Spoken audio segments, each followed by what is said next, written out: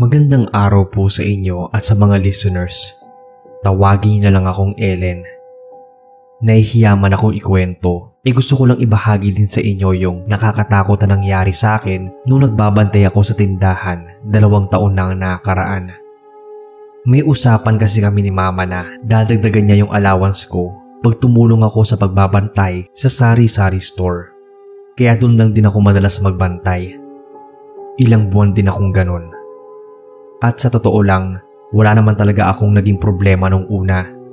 Maliban na lang nung pagpatak ng November. Pagdating ng undas o kahit ilang araw bago pa yon, dagsa talaga ang bumibili ng kandila at kung ano pang pagkain at inumin sa tindahan namin. Kaya marami din kaming tinda nun. Kadalasan, tahimik lang ako nagbabantay, nag-aabot ng sukli. Pero nung araw na yon, may napansin talaga akong kakaiba. Habang abala ako sa mga customers, may narinig akong tumatawag. Bibili raw ng kandila. Lumingon naman agad ako para tingnan kung sino yung nagsasalita. Pero kada lingon ko, wala talaga akong nakikita. Nung una, inisip ko na baka nalagpasan ko lang. Pero nang paulit-ulit ang nangyayari, nagsimula na akong kabahan. Ilang beses ko na kasing nadidinig yung parehong boses na medyo garalgal. At ayun nga, halatang matanda yung nagsasalita. Minsan, humahalo yung boses niya kapag may ibang bumibili. Pero alam ko na hindi siya yon kasi puro mga bata yung bumibili sa akin. Mas natatakot ako kapag magagabi na. Walang customers, tapos maririnig ko yung boses niya. Hindi ko pa alam noon na minumulto na ako. Iniisip ko na lang kung may natitrip ba o ano.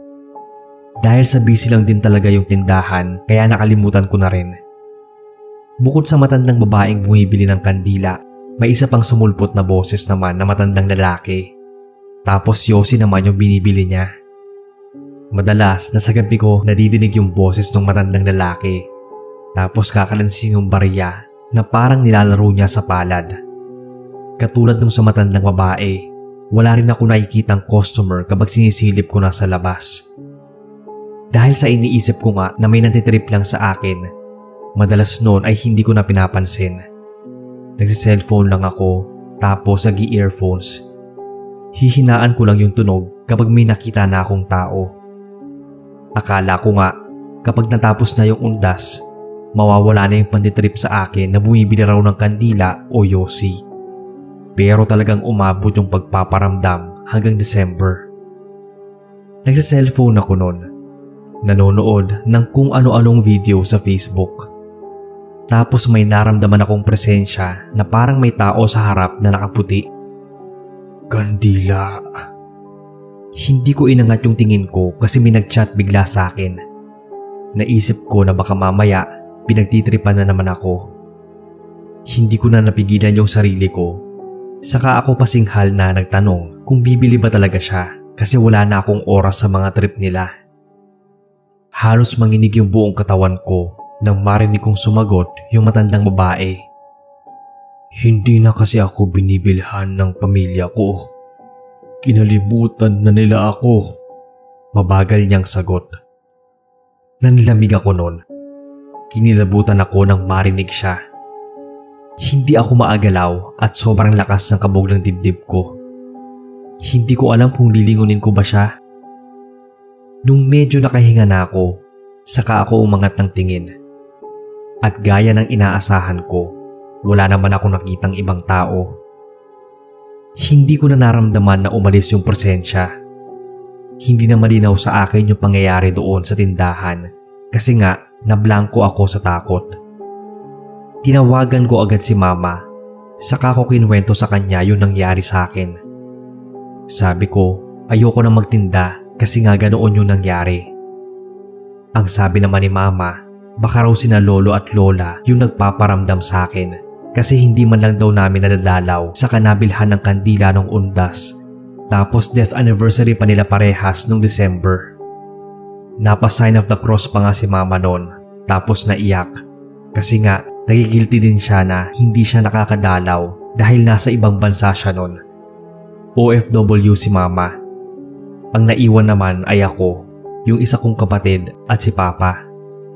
Pero mas nagilty ako kasi ako yung nandito sa Maynila tapos hindi ko man lang napagsindihan ng kandila sina lolo at lola. Kaya siguro sila nagpaparamdam tapos sininghalan ko pa.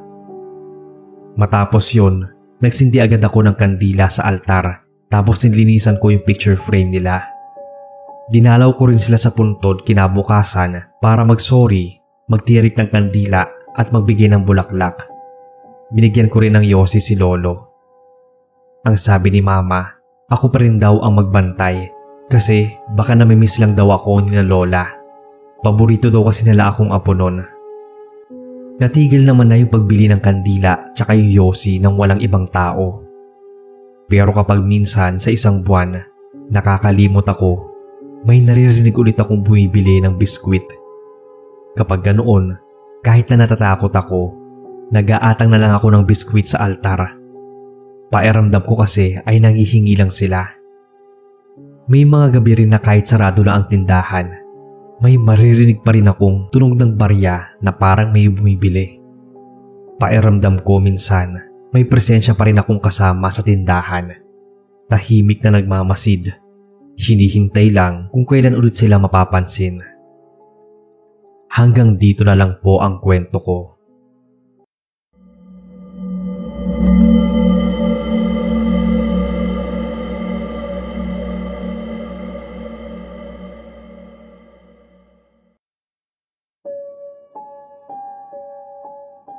May tindahan ba kayo yung laging pinupuntahan na kung saan nay o tay ang tawag nyo sa may-ari? Ako kasi meron. Ako nga pala si Ato, taga Quezon City. May maliit na tindahan sa amin na bukas hanggang madaling araw. Matandang babae yung nagtitinda tapos sobrang ang bait. Maliit lang yung tindahan niya tapos mga sandwich, pansit canton, saka kape yung tinda niya. Dahil call center agent ako, para makatipid, doon ako lagi bumibili bago pumasok sa trabaho bago magmadaling araw. Sa ilang buwan na bumibili ako kay Nay, may isang beses talaga na hindi mawala sa memorya ko. Nagbago ako ng sked. 3:00 yung shift ko noon sa trabaho, kaya mga bandang 1:00 tumaan ako kay nanay para bumili. As usual, hotdog sandwich sa pansit canton yung kinuha ko. Pero napansin ko agad na ang bagal ng kilos ni Nay. Yung para ang bigat ng bawat kilos niya. Madalas naman kasi mabilis siyang kumilos. Pero ng gabing yon, ang tagal lang talaga. Habang inaabot niya yung sandwich, hindi ko maiwasang mapansin yung mga kamay niya. Nanginginig kasi, saka sobrang kulubot na parang may pasapa. Sobrang putla din na halos wala ng dugo. Tinanong ko pa siya kung ayos lang ba siya at baka masama yung pakiramdam. Pero nginitian lang niya ako saka tinapik yung balikat. Nginitian ko lang din siya kasi naisip ko baka pagod lang. Kaya nagpaalam na ako saka umalis. Maaga akong nakarating ng opisina kaya tumambay muna ako sa pantry. Walang tao nun sa pantry kasi wala pang schedule ng kain ng mga tao. Hindi ko alam kung bakit. Pero panaylingon ko sa tindahan, sa pantry na sarado naman. Ewan ko ba, pakiramdam ko noon may naatayo doon at nakatingin sa akin. Pero kung titingnan ko ay wala namang iba. Hindi ko na lang pinansin, baka kasi puyat lang. Binuksan ko na lang yung sandwich para kainin na sana. Pero pag angat ko ng balot, bumungat sa akin yung masangsang na amoy, yung parang bulok na ewan. Napaatras ako habang tinitingnan yung sandwich. Basang-basa yung tinapay, yung parang kinuluban. Yung hotdog, kulay brown na. Tapos yung ketchup ay kulay kalawang. Nagdududa na ako nun. Pero dahil hindi pa naman ako nabigo sa lasa ng tinda ni Nay, saka gutom na rin ako, kumagat pa rin ako. Habang nasa loob ng bibig ko yung pagkain, pansin ko yung kakaibang lasa. Yung parang may tumatalas na hindi ko maipaliwanag. Parang bakal na malansa. Bigla akong nabilaukan, sabay nag-uubo. Kinabahan na ako, kaya binaba ko nila yung sandwich tapos sinundan ko ng inom ng tubig. Parang andoon pa rin kasi sa lalamunan ko yung lasa. Hindi ako mapakali buong gabi. Ubo ako ng ubo. Parang may buhangin na nakabara sa lalamunan ko. Akala nga ng DL ko ay may sakit ako, pero sabi ko ay ayos lang naman. Ang kaso, lumipas na yung 2 araw ay hindi pa rin ako tinatantanan ng ubo. Hindi na rin ako makakain ng maayos kasi nawalan ako ng gana. Bukod doon, parang naging tuliro na rin ako. Pakiramdam ko may laging naasunod sa akin, laging naatingin at binabantayan ako. Naisipan ko nga sa office na lang matulog kasi iba talaga yung pakiramdam ko kapag naglalakad ako papasok ng trabaho. Pero tuwing nadadaan ako sa tindahan ni Nay, nginikitaan ko pa rin siya kahit hindi ako bumibili kasi nga masama yung pakiramdam ko. Siya naman, gaya ng dati, andoon lang, nakaupo pa rin sa bangko niya, nagbabantay sa munting tindahan niya. Pero bawat ngiti niya, para bang may kung anong kakaiba. Yung dati kasi niyang mainit na ngiti, bigla na lang naging malamig. Tapos yung mata niya, parang wala nang kislap. Medyo nag-alala nga ako sa kanya, pero iniisip ko na baka pagod lang. Hanggang nga sa dumating yung araw na hindi ko inaakala. Gabi nun, wala akong pasok, tapos nautusan ako ni Mama na maghatid ng ulam sa bahay ng kapatid niya. Sakto namang napadaan ako sa court at napansin ko agad na may lamay. Nagulat ako kasi hindi ko in-expect na may patay malapit sa amin. Hindi rin kasi ako lumalabas ng bahay kaya hindi ko alam. Lumapit ako para tumingin kung sino yung namatay. At nung makita ko yung tarpaulin, nanlaki ang mga mata ko. Andoon yung picture niyang nakangiti. Yung pangalan, kapanganakan, at yung araw ng kamatayan. Bukod sa nagulat akong pumanaw na pala siya, mas nagulat ako nang makita yung araw kung kailan siya namatay. March 15. 5 araw mula nung huling beses akong bumili kay Nay. Ibig sabihin, nung bumili ako sa kanya, wala na pala siya nun. At nung nakikita ko siyang ilang araw na andoon sa tindahan niya, hindi na pala yung totoong siya yun dahil ilang araw na siyang patay. Nanlamig yung braso ko. Hindi ako makapaniwala. Tumingin ako sa mga tao sa lamay. Tapos nakita ko yung apo niyang lalaki na kasing edad ko lang. Nilapitan ko para maasigurado. Nagsabi na lang akong nakikiramay ako. Saka ko tinanong kung anong kinamatay niya. Ang sabi niya, nakita na lang daw nila doon sa bangkuan dun sa tindahan na wala ng buhay. Bawal na raw kasi yung matanda na magpuyat, pero pinipilit niyang magtrabaho pa rin sa tindahan para makatulong sa pag-aaral ng apo niya. Siguro daw ay hindi na kinaya ng katawan niya. Tinanong ko yung apo niya kung wala na bang nagbabantay ng tindahan. Ang sabi niya ay wala na raw, kaya ilang araw na rin daw itong sarado. Nung dumaan ako pa uwi, nakita ko nakaligpit na nga, tapos natakpan na. Hindi ko alam kung anong mararamdaman ko. Naghahalo yung awa ko para sa matanda saka yung takot dahil ilang araw na siyang nagpapakita sa akin at talagang nabentahan pa ako ng pagkain niya. Biglang nag-flashback sa akin yung mabagal niyang kilos nung huling beses akong bumili sa kanya. Yung kamay niya nanginginig at kulay abo. Yung bulok na amoy ng sandwich. Napasa po ako sa lalamunan. Biglang sumikip yung dibdib ko. Bumalik lahat ng kababalaghan na nangyari nung mga nakaraang araw, pati yung bigat ng pakiramdam. Yung ubo, yung malamig na ngiti ni Nay. Hindi ko alam kung ilang minuto ako naatitig doon sa tapat ng tindahan niya. Iniisip ko kung bakit pa siya nagpapakita sa akin noon. Akala ba niya tuwing gabi ay buhay pa rin siya at nagtitinda? O baka naman nababaliw na rin ako dahil kakapuyat sa trabaho? Gulong-gulo ako sa nararamdaman ko. Pati nga sarili kong isip at realidad, kini-question ko na. Saka ko naramdaman na may malamig na kamay na humawak sa balikat ko. Sa sobrang takot, nagtatakbo ako pa uwi ng bahay. Hindi na ulit ako dumaan sa tindahan na yon simula nun. Iniiwasan ko talaga pagpapasok at pauwi ako galing trabaho. Mga ilang buwan na rin ang nakalipas simula nang mangyari tong kwento, kaya medyo fresh pa sa utak ko. May time rin akong isulat para ma-send sa inyo. Sana boss ay mabasa ninyo ito at marinig ko sa inyong channel.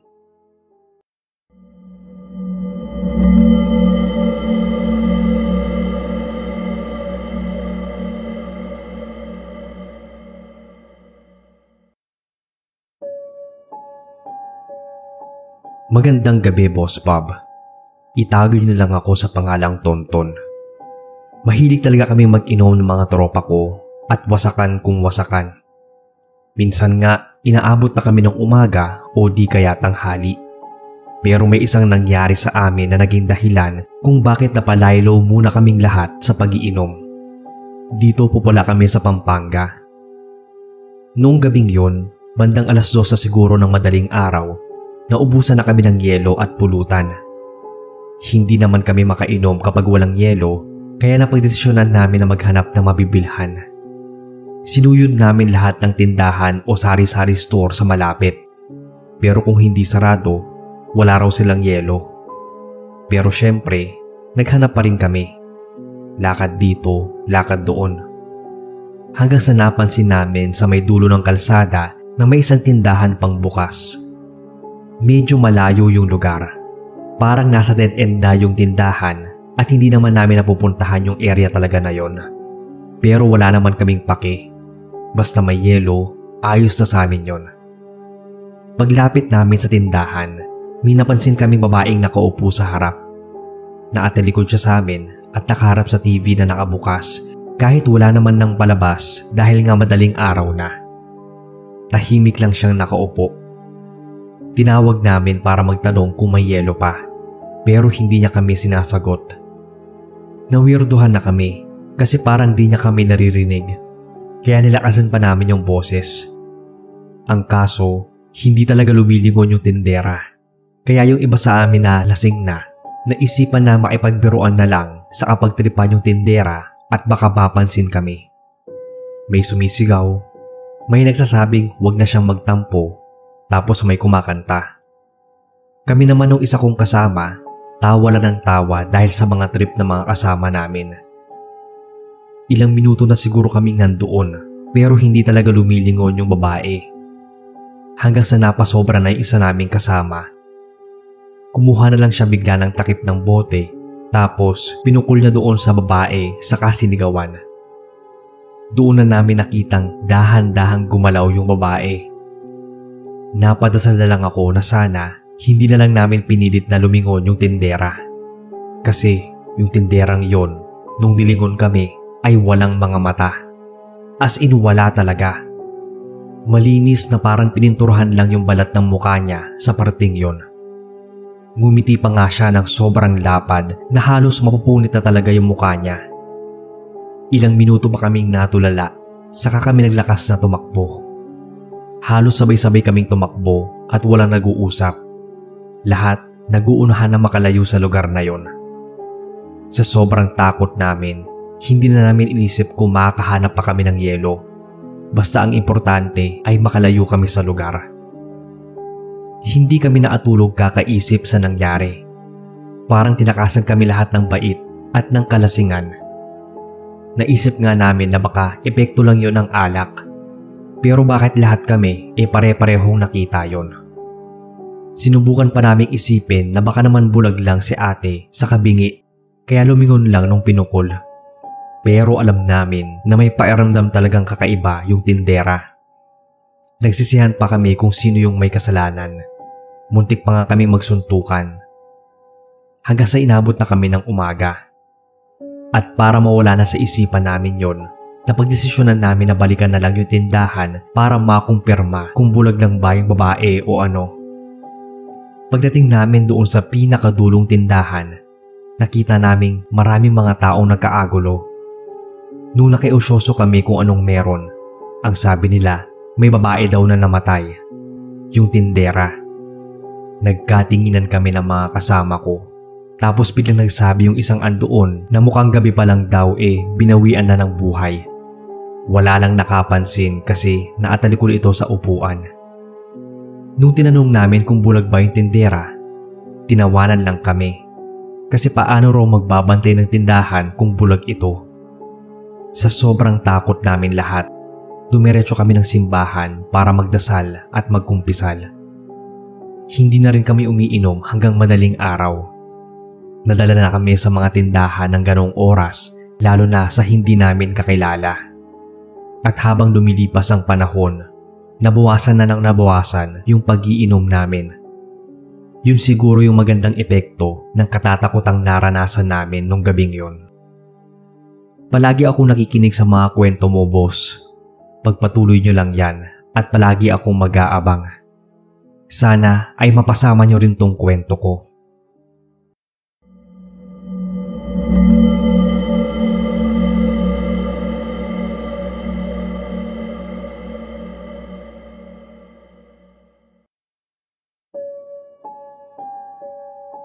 Hello po sa lahat. Ako si Gabby. Hindi ko alam kung kapani-paniwala ba itong ikukwento ko tungkol sa misteryosong tindahan sa Guimaras. Pero ikukwento ko na lang din. Summer noon nang magbakasyon yung pamilya namin ng isang linggo sa lolo ko. Yung bahay niya ay nag-iisa lang sa gitna ng palayan. Andoon nakatirik yung bahay niya para malapit sa sinasaka. May isang beses na ginabi kami sa ibang kamag-anak sa ibang baryo. Nakakatakot na nga maglakad noon kasi malayo pa tapos gabi na. Pero maliwanag naman yung buwan, saka may mga headlights naman kami. Tahimik lang ako noon, nakikinig sa mga kwento ni lolo habang naglalakad. Pero nung pagbaba namin sa isang burol, nagulat ako kasi may nag-iisang bahay doon. Kung titingnan, hindi mo iisipin na tindahan pala. Para kasing kubo lang siya. Bago pa kami makalapit, sinabi lang agad ni lolo na tindahan daw yon ng karne. Huwag na raw ako lumingon o tumingin, basta diretso lang yung lakad. Nagtaka at napakunot noo ako nun, pero talagang kinabahan ako sa sinabi ng lolo ko. Nung dumaan kami, andoon lang yung lalaking matanda sa labas. May hawak na malaking itak at nagtataga. Tinanguan at binati lang siya ni lolo, saka mabilis na naglakad palayo. Kahit na sinabihan ako ng lolo na huwag lumingon o tumingin, lumingon pa rin talaga ako. Hindi ko kasi maiwasang mahiwagaan. Kakaiba naman kasi yung ganong tindahan, lalo at walang kalapit na bahay. Hindi ko alam kung normal lang ba yon sa mga liblib na baryo, pero ramdam kong may kakaiba. Nung lumingon ako, saka ko lang nakita yung tinataga niya kahit na medyo may kadiliman. Mas lalo lang ako naguluhan kasi parang hindi pangkaraniwan yung itsura ng laman na tinataga niya. Para akong kinilabutan na di ko maintindihan. Tapos nahimasmasan lang ako nang hilain ako ni lolo para bumilis yung paglalakad. Habang naglalakad, di pa rin talaga mawala sa isip ko yung misteryosong tindahan daw ng karne. Pagdating namin sa kubo, tahimik lang si lolo. Hindi ko pa rin napigilan. Tinanong ko na siya tungkol doon sa tindahan na nadaanan namin, pero hindi siya sumagot. Iniba niya lang yung usapan, saka daw wag akong makialam sa buhay ng ibang tao. Napagalitan pa nga ako nun. Hindi rin ako agad nakatulog kasi nga iniisip ko yung tindahan kahit nakapikit na ako nun. Akala siguro ni na lolo itulog na ako kasi narinig ko silang nag-uusap ni na mama at papa. Hindi raw yung tindahan na para sa tao. Kasi kahit isang beses wala naman daw bumili doon na taga-baryo o makita man lang yung tinda niyang karne. Ayon sa usap-usapan baka raw aswang yon at mga aswang lang din yung bumibili sa kanya. Pero wala namang malinaw na patunay, saka ayaw daw maisawsaw ng lolo. Kailangan daw kasi maisama kahit na hindi mo kabaryo. Mahirap na, baka masali sa gulo at lalo na kung aswang ang kalaban. Mas lalo akong kinilabutan, saka hindi nakatulog dahil sa nalaman. Hanggang ngayon, talagang naaalala ko pa. Napapanaginipan ko pa nga yung lalaki. Yung malaki niyang itak, saka yung karneng hinihiwa niya. Hindi naman ako sigurado kung totoo nga yung mga narinig ko mula kay lolo. Pero kung totoo man yon o hindi, talagang nakakatakot pa rin isipin. Kayo, ano sa palagay nyo yung tindahan ng karne na yon?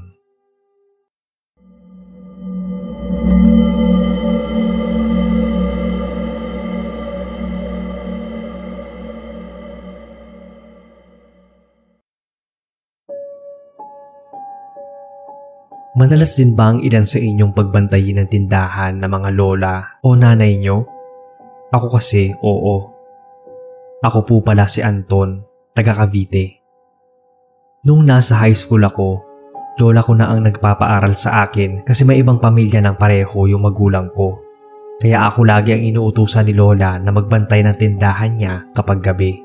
Dahil tanghali hanggang hapon lang naman yung pasok ko. Kada nagbabantay ako ng gabi, laging may nagiinuman sa tapat namin. Kabilang kasi yung bukas sa sari-sari store sa gabi kasi medyo hiwa-hiwalay din yung mga bahay. Madalas hanggang alas 12 ako nagbabantay o alauna. Hindi naman ganun kagulo yung mga nagiinuman sa tapat at saka mababait sila kaya ayos lang sa akin pati sa lola ko. May isang gabi na hindi ako nagsabi sa lola ko na maaga ako magsasara. Hindi na rin naman niya malalaman kasi hiwalay yung maliit naming tindahan sa bahay. Bukod kasi sa tinatamad ako magbantay, balak rin ng mga kaklase ko ang tumambay. Kaya mga bandang alas 9 pa lang ay nagsara na ako. Bago ako umalis, pinagbili ko muna ng alak yung mga tumatambay sa tindahan. Tas sabi ko, pwede naman silang pumwesto doon kasi nakabukas yung ilaw.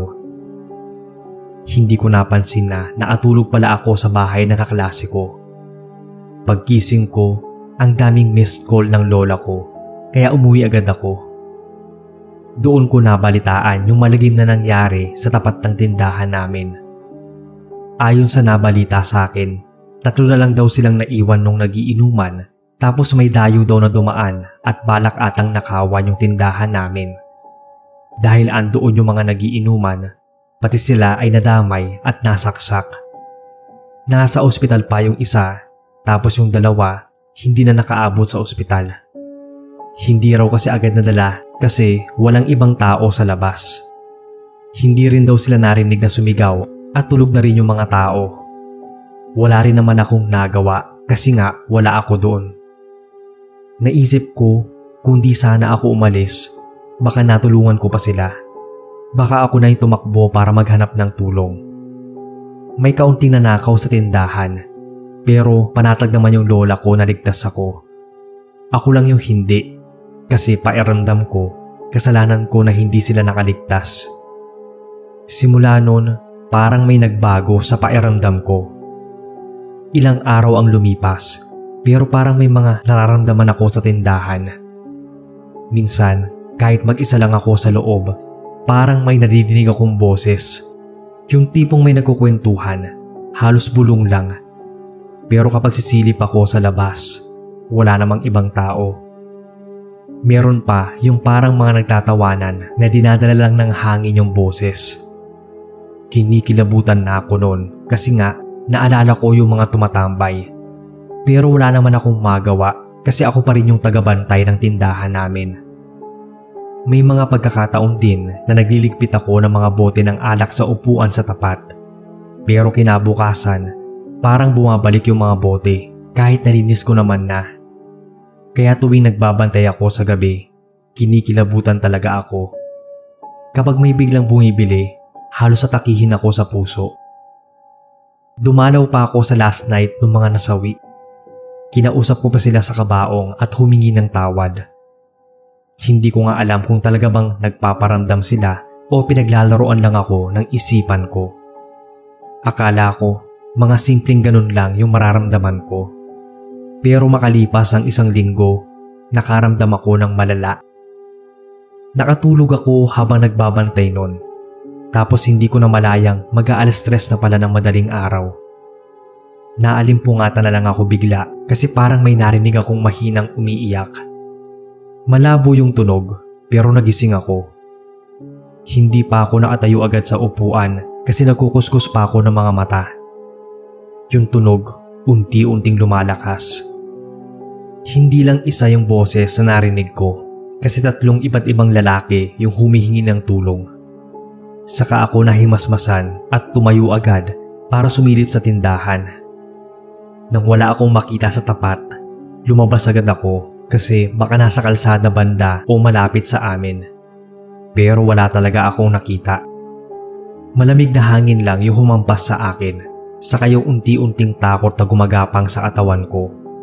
Hindi pa ako maagalaw agad o makalingon para bumalik sa tindahan kasi pakiramdam ko may presensya sa likod ko.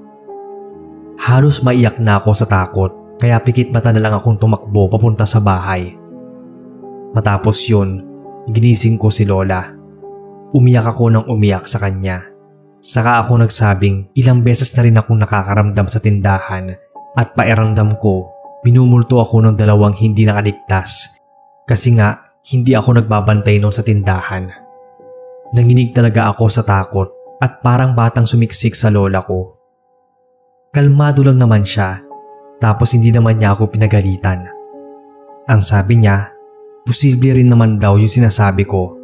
Pero mas malaki ang tsansa na pinaglalaroan lang ako ng konsensya ko. Kasi nga, sinisisi ko pa rin yung sarili ko. Subukan ko raw munang patawarin yung sarili ko at ipagpasa Diyos ang lahat. Ganun na lang din yung ginawa ko. Pinagsindi ko ng kandila yung mga namatay sa tapat ng tindahan.